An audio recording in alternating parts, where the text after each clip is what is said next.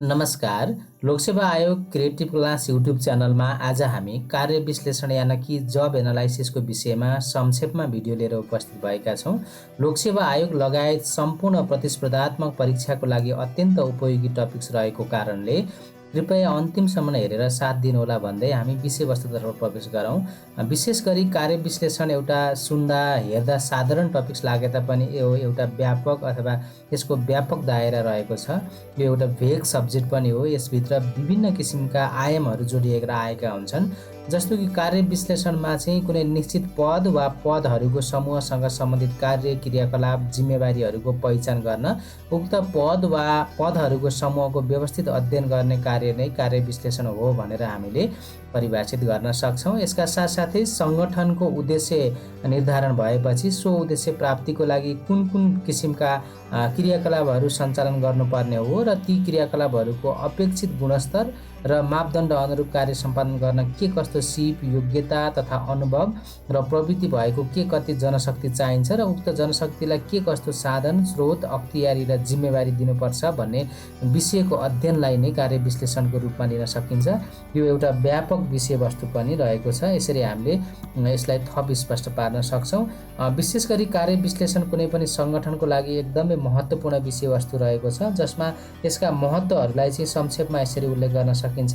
सङ्गठनका लागि आवश्यक पर्ने जनशक्तिको योजना तयार गर्न, सूचना संसाधन सूचना प्रविधि र प्रणालीको विकास गर्न, त्यसैगरी आवश्यक जनशक्ति प्राप्ति गर्न र व्यवस्थापन गर्न, कर्मचारीहरूको कार्य सम्पादन मूल्याङ्कन गर्न, कामको सबै पक्षमा रहने प्रभाव र असरको जानकारी लिन, समान कामका लागि समान तलबको मान्यता कार्यान्वयन गर्न, निष्पक्ष र समान रोजगारी सुनिश्चित गर्न, उपयुक्त कार्यस्थल र कार्य वातावरण व्यवस्थापन गर्नको लागि, त्यसैगरी यसमा हामीले थप्न सक्छौँ आवश्यक मेसिन उपकरण र प्रविधि व्यवस्था गर्न, सूचना सुपरिवेक्षण र प्रतिवेदन प्रणाली तय गर्न, व्यक्तिगत वृत्ति योजना अथवा व्यक्तिगत क्षमता विकासका योजनाहरू निर्माणमा सहयोग गर्न, त्यसैगरी कर्मचारीहरूलाई कामका सम्बन्धमा जानकारी दिन र कर्मचारी व्यवस्थापनका विभिन्न विषयमा निर्णय लिन र आवश्यकता अनुसार परिवर्तन कार्यान्वयन गर्न अथवा एडप्टेसन चेन्ज म्यानेजमेन्टका विषयवस्तुहरू पनि यसमा पर्दछन् भनेर हामीले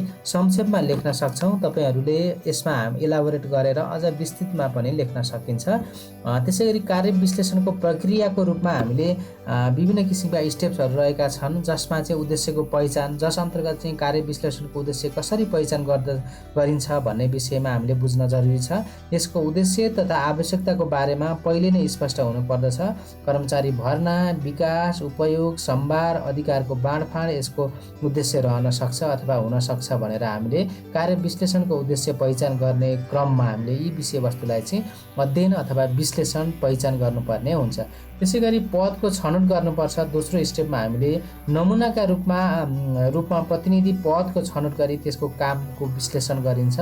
त्यसैगरी सूचनाको पहिचान, कामसँग सम्बन्धित क्रियाकलापहरू, कर्मचारीसँग सम्बन्धित क्रियाकलापहरू, काममा उपयोग हुने यन्त्र उपकरण तथा सामग्रीहरू, कार्य सम्पादन मापदण्डहरू, कार्य सन्दर्भ आदिको आधारमा चाहिँ गरिन्छ भनेर यसलाई हामीले उल्लेख गर्न सक्छौँ। अर्को हाम्रो सूचनाको स्रोतको पहिचान। अब मुख्य गरी सूचना कहाँबाट आउँछ त? कर्मचारी हो कि सुपरिवेक्षक स्वतन्त्र विज्ञहरू हुन् कि होइन, कार्य पुनरावलोकन समिति छन् कि, त्यसगरी विद्यमान कार्य विवरण र कार्य विशिष्टीकरण आदि लगायतका विषयवस्तुहरू चाहिँ हामीले सूचनाको स्रोतको पहिचानमा चाहिँ हामीले उल्लेख गर्न सक्छौँ। अर्को पाँचौँमा स्टेप्समा छ सूचना सङ्कलन विधिको छनौट। जस्तो सूचना सङ्कलन गर्ने विभिन्न किसिमका प्राथमिक द्वितीय लगायतका विधिहरू रहन सक्छन्, जस्तो अवलोकन विधि होइन, अन्तर्वार्ता विधि, सर्वे प्रश्नावली, डायरी विधि, सम्मेलन जस्ता विभिन्न किसिमका विधि मार्फत चाहिँ हामीले सूचना सङ्कलन गर्ने गरिन्छ। अर्को कुरा छमा सूचनाको सङ्कलन र प्रशोधन भन्ने छ, जसमा चाहिँ सङ्कलित सूचनालाई प्रशोधन गरी कुन कुन उपयुक्त सूचनाहरू रहेका छन्, कुन चाहिँ सूचनालाई चाहिँ फर्स्ट प्रायोरिटीमा राख्ने हो, कुन चाहिँ प्रायोरिटीमा पर्दैनन् जस्ता विषयवस्तु चाहिँ हामीले सूचनाको सङ्कलन र प्रशोधनमा लिन सकिन्छ। अर्को हाम्रो छ कार्य विश्लेषण विधिको छनौट। कुनै उपयुक्त विधि वा विधिहरूको मिश्रित स्वरूपको प्रयोग गरी कार्य विश्लेषण गरिन्छ, जसमा चाहिँ कार्य विश्लेषण विधिको छनौट गर्ने प्रक्रिया चाहिँ यसमा रहन्छ भनेर हामीले स्पष्ट पार्न सक्छौँ। भने कार्य विश्लेषण जुन कार्य विश्लेषणको प्रक्रियाको डेस्टिनेसन रहेको छ, कार्य विश्लेषणमा चाहिँ हामीले कुन विधिद्वारा कार्य विश्लेषण गर्ने र सो विषयमा निर्कुल गरिसकेपछि उपलब्ध तथ्याङ्कहरूका आधारमा कार्य विश्लेषण गरिन्छ र यसको माध्यमबाट कार्य विवरण, कार्य विशिष्टीकरण र कार्य सम्पादन मापदण्ड तय हुन्छ भनेर हामीले यसको प्रक्रियाको रूपमा पनि उल्लेख गर्न सकिन्छ।